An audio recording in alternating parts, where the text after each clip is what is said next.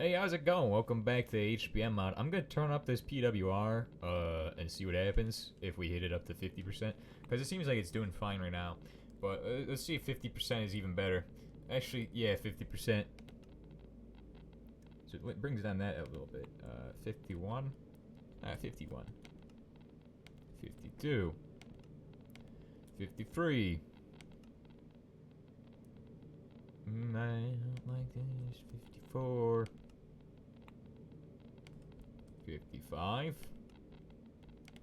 56. 57.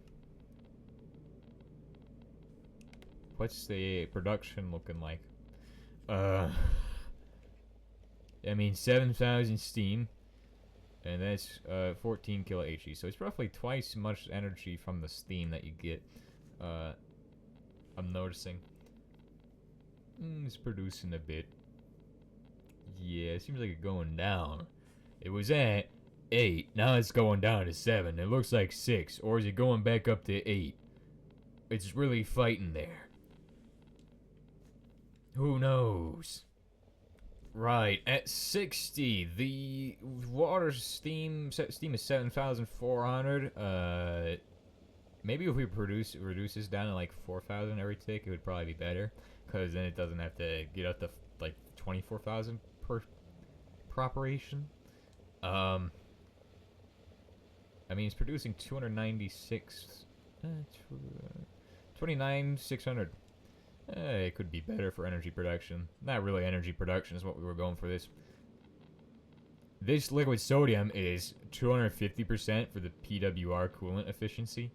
Although there is a heavy water as an option, which is gonna give you flux at the benefit of not having to be an extra cycle or requiring an infinite amount of thorium. This has a PWR coolant efficiency of 100, increases the core flux, however. And if we look at thorium actually goes through a 3-stage process, I think.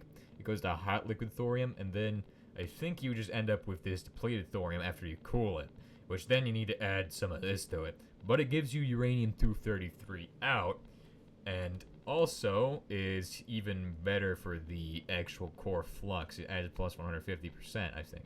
Or what was heavy water? Heavy water was like 25%. That other one is 150%. So I mean, PWR. There's also regular coolant as an option if you're just a normal fella. But I don't see what the point in making a PWR is if you're not going to use some cool coolants for it. What is regular coolant? It's heat efficiency 100%. Sodium, what we're using is 250% for its PWR coolant efficiency, and it's I don't know. It seems like it. I don't know what that means. I'm not actually sure what the PWR coolant efficiency means, but I'm assuming it's good to have a higher number. Last episode, we started working on the rbmk. We calculated out that it's going to need about 25 of the thingies. And we're going to AoE this part here. Boom. I hope there's not any stuff behind this. Thank goodness there's not. I gotta carve out these walls. This is like the worst part of this, building it down here, is that I gotta carve out every single wall. But that's fine. It's fine. Oh yes. Gotta carve out all of this. Now, remember, the rbmk explodes so violently that it will ignore blast resistance, so you don't want to put this next to your big tanks, and you want to put your Leviathan turbine probably in this room that we're building here, or actually in another room that's a little shorter than this.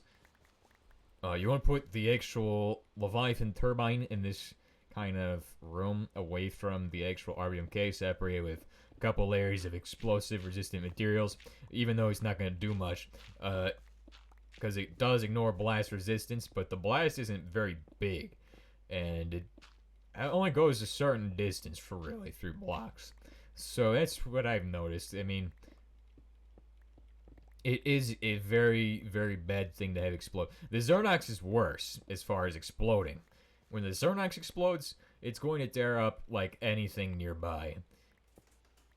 Even if it's not, like, directly next to it. So...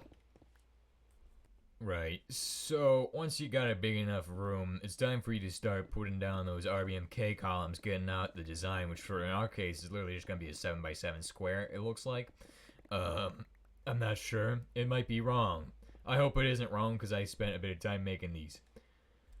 Alright, so we're going to have the turbines separated away from the actual thing.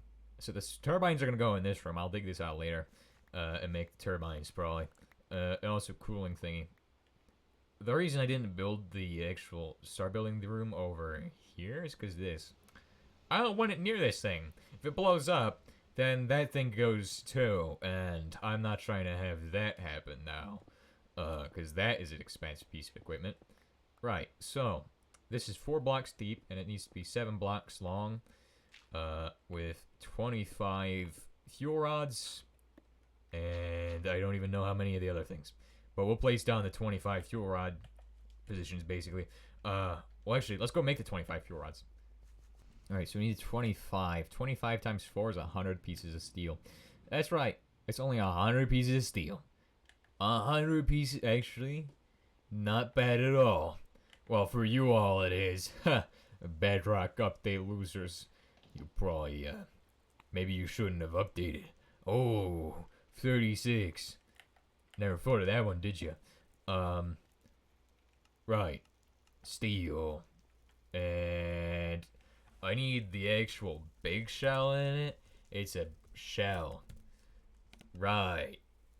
I think. That's 25. Oh, I need 200. Because I need to make 25 of these, and they cost 2. Okay, then. Okay, I see how it is. Oh, I have 2 stacks of 10 there. I could have done that way more efficiently. Right. So, plate or steel. Look at this. I can just make it like... Oh, you can make steel wire? What? What the heck is steel wire used for? Why does it exist? Why have I never used it yet? Because I'm at the end game and I haven't used it. That's weird. HBM, do we have any recipes that use this? So this is the 25 thingies, and these are the 24 thingies that are going to be the other things. Actually interesting that it ends up being a 25 to 24 split. Very close numbers. The actual channel is going to be a Steam channel. Oh, we forgot to moderate these guys, like Reddit. We gotta do that real quick, but first, we gotta calculate how much it takes to make 24 times 6 of these. Which, I mean, 24 times... Well, actually, let's just make the ones that we can make, and then we'll figure out the rest. Because we got 42, and 42 is divisible by 6, I'm pretty sure. I don't know what that number is. Nor am I going to try to figure that out. I'm pretty sure it's going to need stacks of copper, not a stack of copper, or less than a stack of copper, because this is the rbmk. It costs a lot of copper. 7 of these guys will make 7 of them. It's okay. That's actually pretty good. I was expecting to need more copper than I'm gonna need. 1, 2, 3, 4, 5, 6, 7, 8, 9, 10, 11, 12, 14 times 4 is 40 plus... What do we need again? 14 times 4 is 40 plus 16. So, 64. 54, actually. And that will make all of this stuff for the things. Because it divides down into 7, right? Okay. Shell. Copper shell. Dang it. That didn't divide correctly or something stupid. I made 13. What? I needed 56. Shell. Come on. We don't got time for this, bro. That's 14. Right. That leaves us for 21. And then we can calculate out the steel pipes and the cost of the other things. So, we'll say that each one costs like, I don't even know how much copper. Cost breakdown. Nah. So let's go ahead and say we need a stack of these, and then we'll make the actual copper pipe. Copper is not expensive. I can get more of it. That gives us 42 again, and then I can just make a stack of these, make some of them, 16. So that will do another batch of 7. And then we'll figure out from here how much more copper we're gonna need. Don't mind that I'm dividing it into weird amounts. Okay, 10. 10. That means I'll need 20 of those. So I'm at 4 of them right now. Let's go ahead and just do the copper. That way I can just do this as is. Bankrupted on copper. Bankrupted your copper. Dude, copper's gone.